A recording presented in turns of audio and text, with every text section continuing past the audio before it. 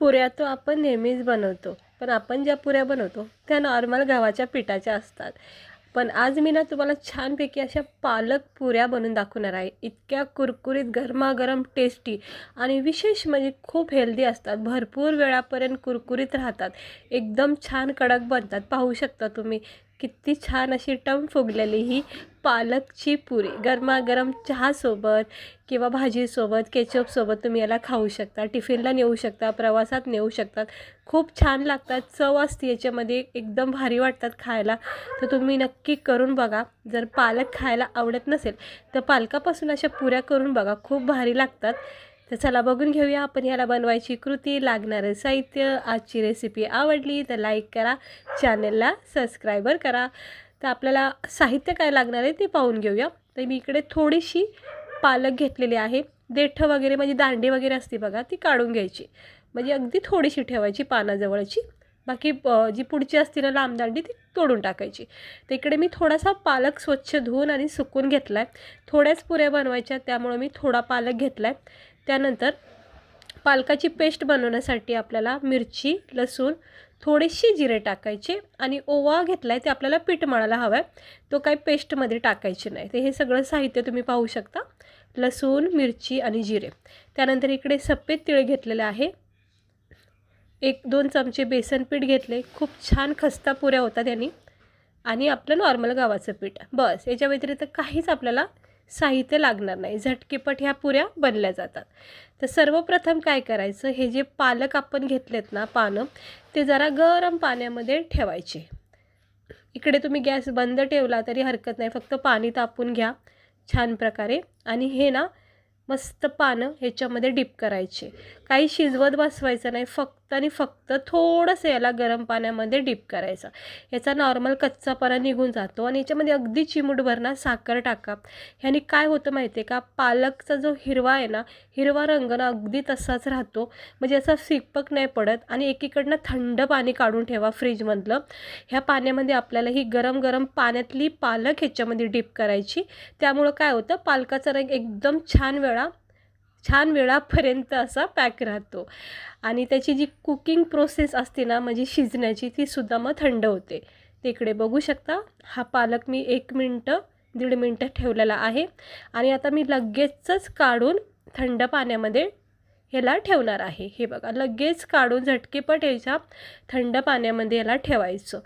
तुम्ही पाहू शकता पालकचा रंग बघा, इतका हिरवागार दिसतोय. ह्या थंड पाण्यामध्ये ठेवल्यामुळं ना याची जी शिजण्याची प्रोसेस असते ना गरम पाण्यातली, ती लगेच थांबली जाते. आणि दुसरी गोष्ट ना, रंग खूप छान वेळापर्यंत असा हिरवा राहतो.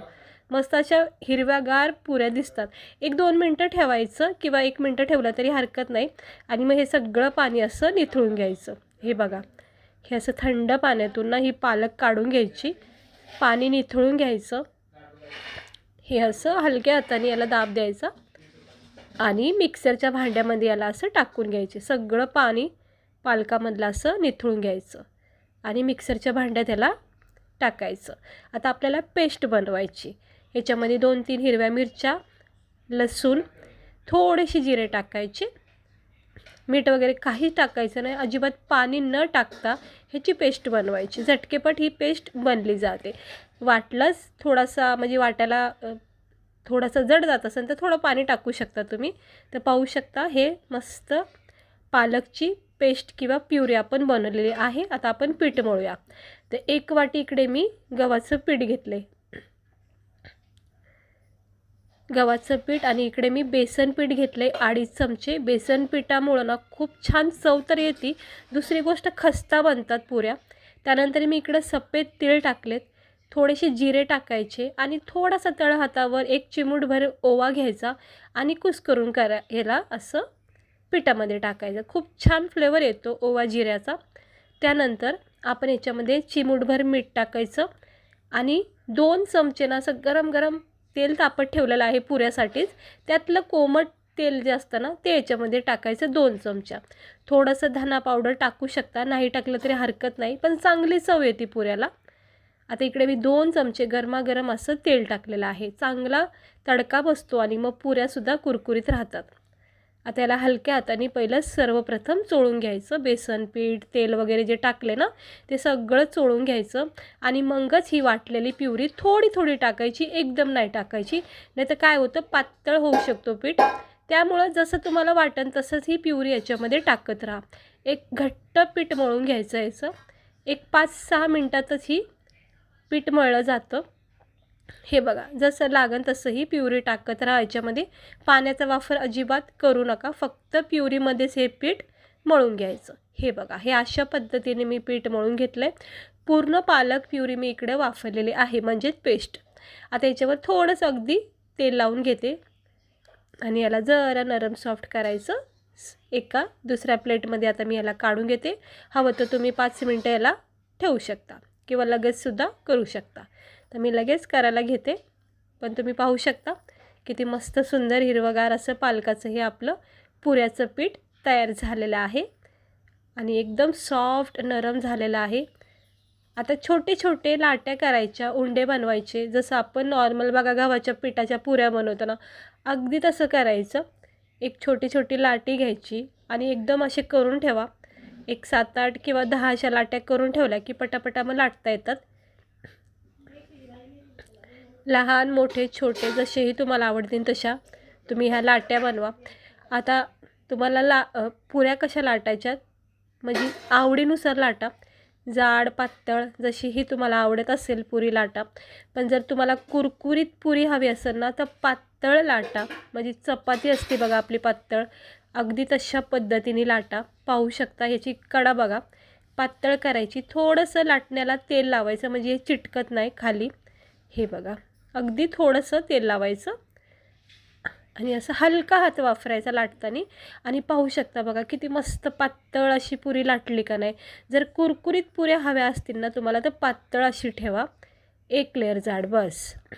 आणि जर थोड्याशा तुम्हाला जाड हव्या तर त्या थोड्या कशा होतात ना नरम सॉफ्ट राहतात, म्हणजे जास्त वेळापर्यंत ना त्या फुगल्याला राहत नाही किंवा असं क्रिस्पी राहत नाही. त्यामुळं ना जाड पुऱ्या नका करू, ह्या थोड्याशा अशा पातळ ठेवायच्या जेणेकरून ह्याच्यातला क्रिस्पीपणा भरपूर वेळापर्यंत राहतो, त्या अशा खाली दबत नाहीत लवकर.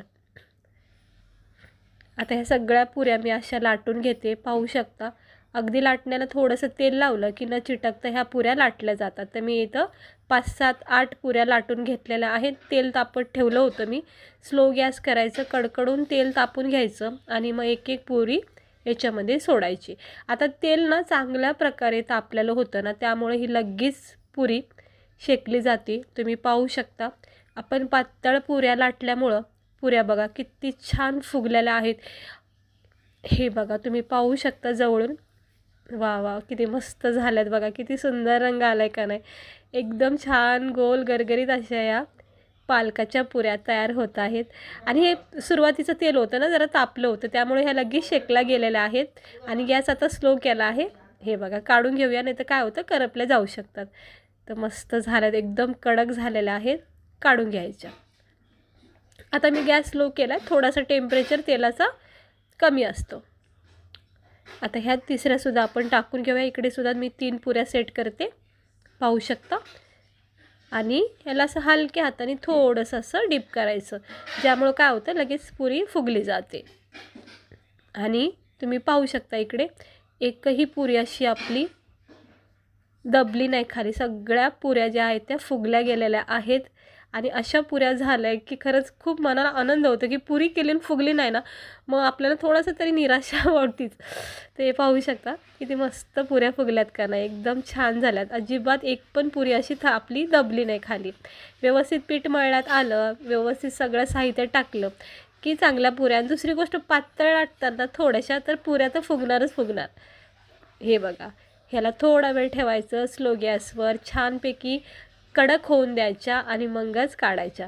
हे बघा अशा कडक होऊन द्यायच्या, अशा वाजल्या पाहिजेत पुऱ्या. अशा जाळीमध्ये काढता वेळेस ह्या अशा वाजल्या पाहिजेत, कडक कडक होतात. आता ह्यासुद्धा मी जरा फ्राय करून घेते. आणि झाल्या आहेत बघा आपल्या ह्या गरमागरम सुरुवातीच्या पुऱ्या, ज्या मी लाट्या केल्या होत्या बघा त्याच्या करून घेतलेल्या आहेत.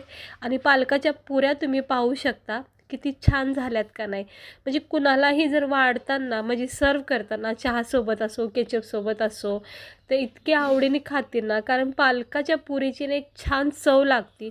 सेम प्रोसेसने तुम्ही मेथीची पुरीसुद्धा बनवू शकता. हे पाहू शकता याचा क्रिस्पीपणा, ह्याचा कडकपणा बघा. हे पापड बघू शकता तुम्ही, वरचं पापड किती क्रिस्पी झालं आहे आणि आतूनसुद्धा छान प्रकारे भाजलं आहे. याच्यामध्ये ओव्याचा स्वाद आहे, जिऱ्याचा स्वाद आहे, लसणाचा एक छान मिरची लसूणचा एक चटपट झणझणीतपणा आहे. खूप मस्त लागतात पुऱ्या. आणि दुसरी गोष्ट म्हणजे पालकमध्ये भरपूर प्रमाणात ना आपल्याला कॅल्शियम भेटतं. नक्की करून बघा, खूप हेल्दी पुऱ्या आहेत आणि लहान मुलं तर खूप आवडीने खातील. केचपसोबत तुम्ही चहासोबत टिफिनलासुद्धा तुम्ही अशा पुऱ्या त्यांना देऊ शकता. तर बघा किती मस्त अशा कडक वाटतात का नाही, एकदम कुरकुरीत झालेल्या आहेत आणि हे अशाच राहणार, हे काही खाली दबणार नाहीत, मस्त कडक झालेल्या आहे. तुम्ही पाहू शकता अशा गरमागरम पालकाच्या पुऱ्या नक्की करून बघा. आवडला असेल तर लाईक करा, चॅनलला सबस्क्राईबर करा अशीच रेसिपी बघण्यासाठी.